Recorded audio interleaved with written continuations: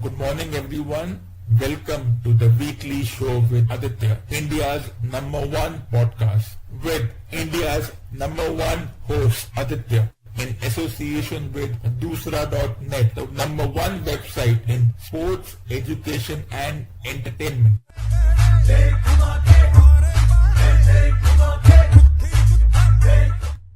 While the quality of cricket is increasing every day up to Himalayan levels, at the same time, the quality of commentary, especially in this sport, has stooped down to such an abyss that it feels like a combination of frustration, envy, their own failures, and not being given the media coverage. Let's take an example. In a practice match between two countries, the apparent lack of training was visible when the commentators, for the better lack of vocabulary and a myopic mindset, focused on how the wearing of shades is against the cricket culture. While we see some superhuman efforts in this sport in terms of batting, bowling, and fielding, a few individuals want to shift this focus to external factors, non human factors, and like a broken record, we keep on going back to three or four things again and again. In the last decade, we have seen some stupendous performances when it comes to these three departments.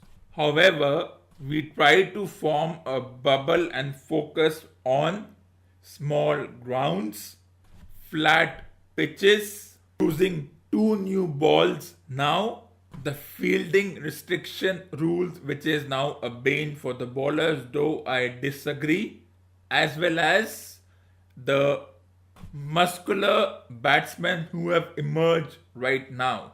If one goes by the practice matches or the warm-up matches that have been played in this World Cup so far, totals of 350 and 400 will be a rarity. Prior to this World Cup, in the last 4 years, we have seen teams like England, India, and others score 350 plus as if it was a walk in the park. That was because it was a private series between two countries and they had decided to bring the boundaries in a little more. But when it comes to a tournament, a multi-nation tournament where not the various cricket boards but one council or one board has the authority, then one influencing the size of the boundary or the pitch will not come into any consideration. If one was ruining the fact that the host country England had been affected by high temperatures, meaning the pitches were flat and there was a fear that totals of 350 to 400 might become regular, but such a thing is not going to happen. And weather conditions won't be the only thing influencing these situations. In fact, the quality of bowling of all the 10 teams is at such a high level that it will take a superhuman and Herculean effort to even get to a total of 300. And for me, no team has an upper hand at this point. And not until the last match is finished that we will have the four semi-finalists. So one can keep guessing who the four semi-finalists are going to be. This exercise may turn out to be futile. How has the quality of the sport risen to Himalayan levels over the past 6 or 7 years? First is the fielding effort. The diving, the one-handers and the stunners at the boundary and such catches has made this sport even more exciting. Each team has an array of fielders who are the best in the world and they will continue to compete with each other and best their own efforts game after game. From the Indian side, we have Jadeja, Kohli, Rohit, Dhoni as the keeper, Rahul in the slips, Vijay Shankar. These are at the number one position, or rather competing for the number one fielder. While Kuldeep Yadav, Chahal, Jadhav, Shami, Bumrah and Bhuvneshwar bring up the rear. Do you know why do we boo when the catches are dropped, or why do we say that these catches can be taken by the fielders in their sleep? Because there is an apparent lack of empathy. And since these sports person are paid heavily, we expect them to take catches like machines. And when they do take some stunners and brilliant catches, we are on the extreme end. Our eyeballs come out of their sockets as if, why did they take this catch? Why are they setting such high standards for themselves only to drop a few simple catches? In fact, it's in every field. For example, the practice match between India and New Zealand. The former did not make hay while the sun shone, and they made only 180 runs because their top three failed, which can happen, and it is not an obligation for the openers to score runs every time. This puts me in a dilemma. Should there be 100 for 0 in 15 overs, and then we go on the rhetoric that the pitch is flat, there is nothing for the bowlers, and when the team is 40 for 4 in 9 overs, then we go on the extreme end. The batsmen are not competent enough to play where the ball is seaming or swinging around. So in the hindsight, you blame the batters. These practice matches are not an indication of what is going to happen in the World Cup. Yes, because nobody knows and nobody can predict what is going to happen in the World Cup. But I can say this much: totals of 350 to 400 will be a rare occurrence. In fact, adding the win-loss component in these practice games was a flaw on the part of the organizers. Since the win-loss doesn't count, it's all psychological. Why did we need to say that a certain team beat the other team by these many runs when it will not be counted in the record books? If it was supposed to be a friendly, then we should have had the whole match like a friendly. What was the need to complicate such a simple situation? For example, there should have been an unlimited use of the review system. The only thing emerging out of these warm-up or friendlies was the rule where all the 15 players were available to play, and at a time only 11 could be allowed, but we could pick and choose as per our requirement. And this should be allowed even in the regular official matches. For me, no team won and no team lost in the warm-up matches that have been scheduled so far.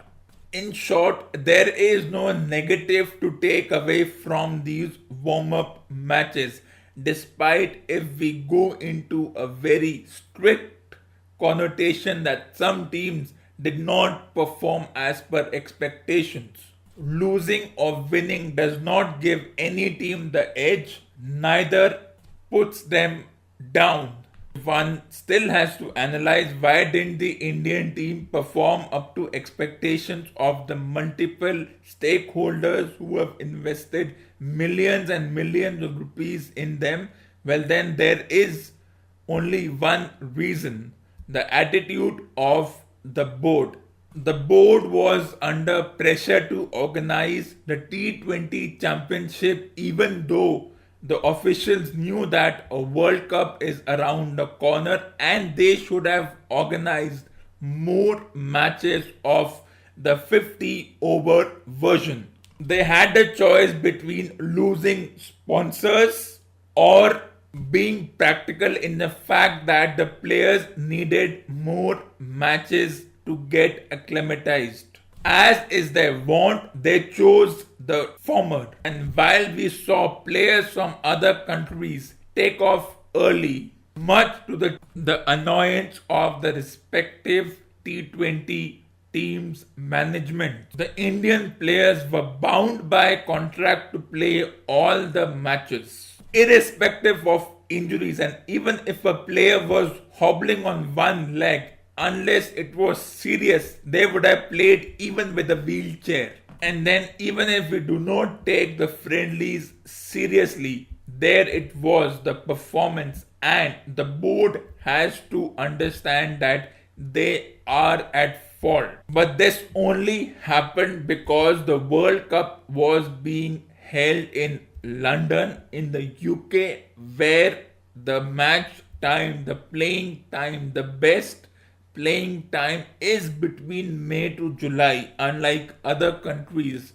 For example, if this was being hosted by South Africa, then we would have been playing the World Cup between February and April, even in the case of Australia, India, West Indies. It would have been the same schedule. But this is no excuse. We have known for a long time that the World Cup will be hosted by England and during the period between May and July. So a more logical and comprehensive effort should have been made by the board, and they should have not been tempted by commerce and should have told the stakeholders that for 2019 the T20 championship will be shortened. In fact, instead of the usual 40 days for which it was scheduled this year, they could have reduced it to 15 or 20 days, even if it meant losing lot of sponsors as well as commerce. But it is a futile effort going back. We have to move to the present and the future, that the World Cup is at stake, and despite the plethora of T20, and yes, since cricket is the only sport which is influenced by three different formats and the attitude we show towards this, we have to have an adjustment. Let's not give nomenclatures like wake up call or cold feet in these warm-up matches or practice matches. It is supposed to be what it is, a practice match. The result is inconsequential. Take it the same way a student takes a mock test before they go and give an exam. It is slightly better than having some net session, which I personally do not endorse.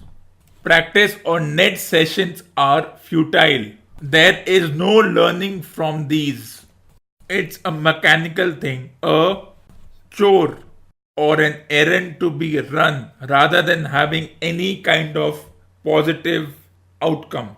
Since this particular World Cup has no quarter finals, a call has been made by so-called experts that the semi-final format should be reinforced and we should take a leaf out of the T20 championship playbook and introduce the playoff formats, which includes the eliminators and the qualifiers. Because one particular team gets a second chance for a road into the main event. While this format has worked for a few teams, in its whole sum, it is nothing short of underhand tactics, because it allows one of the four teams to be deliberately sluggish and lethargic, and it adds an extra match to an already long tournament. So while those who endorse this format have a commercial interest to increase their stake in a certain tournament, this format needs to be researched and scrutinized before we add it to a World Cup level. We keep listening to this rhetoric that the best batters should come at the top. Then in this context, Virat Kohli should open with Rohit and not Dhawan. And if this theory seems far-fetched, then anyone between Rahul and Kohli are the best to opening partners for Rohit Sharma and not Shikhar Dhawan, despite the latter's exploits so far. And if we keep on reiterating that the middle order is a little brittle, then why is Suresh Raina not part of the team? Or even Manish Pandey, these two would have been a good number 4 if we are not confident of having Rahul or Kedar Jadhav at that position. Anyone but Dhawan could have been the part of this team. But as always, there is a futile effort in going back. We have to be content with the individuals who are going to perform in this tournament and we have to make best use of them. So it is Rahul, Rohit, Kohli, Jadhav, Dhoni, Pandya, Shankar or Jadeja, Kuldeep, Bhuvneshwar, Bumrah and Shami as my 11 not only for the practice or the mock matches but for the rest of the tournament unless there is an injury and we can draft in Karthik. In fact, no team has a settled middle order despite our unadulterated flattery of the English team. This tournament in the context will be the battle of the fast bowlers, the number 3s, then the all-rounders. All-rounders like Jadhav, Pandya, Shankar, Jadeja, Ben Stokes, Moeen Ali, Chris Wokes, Andy Pekluvayo, Chris Morris, Mitchell Santner, Jimmy Neesham, Colin the Grandhomme, Andre Russell, Jason Holder, Carlos Brathwaite, Thisara Pereira, Angelo Matthews, Rashid Khan, Mohammad Nabi, Shakib. This covers 8 teams, and if you listen carefully, I have left out Pakistan and Australia because these two teams still do not have an all-rounder who is high up on my list. Yes, Australia has Glenn Maxwell and Marcus Stoinis, but they are yet to give me some performance, while Pakistan's all-rounders are still in the emerging players category that includes Shoaib Malik, Mohammad Hafiz. While these two have performed over the last 2 decades, it is Shadab Khan and Imad Wasim who may emerge as the surprise package. Do I have a preferred or a favorite team in this World Cup? No. The question will be, I am an Indian. Why should I not support the Indian team? My answer is, I am a cricket expert. I am an analyst. I have to rise above the pettiness of being a fanatic or being emotionally and sentimentally involved. For me, each team is at the same level, and only when the matches begin, we will know which team has performed well, and it won't be by a huge margin, but each team will have the same level of ferocity. So let's hope that this World Cup lives up to its expectation and becomes the best World Cup in over 45 years, leaving other World Cups at a very low level. In fact, in my book, the best World Cups have been 1983, 2003, 2011 and 2015.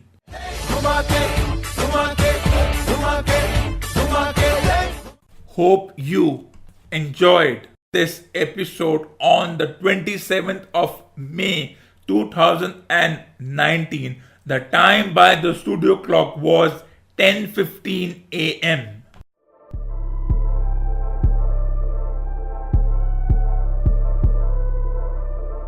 So if you want to be a part of my show, please send your valuable suggestions and send your recordings on topics ranging from sports, education and entertainment on the email ID Aditya the writer at gmail.com. That is Aditya the writer at gmail.com. Thank you for listening to this episode. Please like and subscribe to my Facebook page and YouTube channel and stay tuned for the next episode.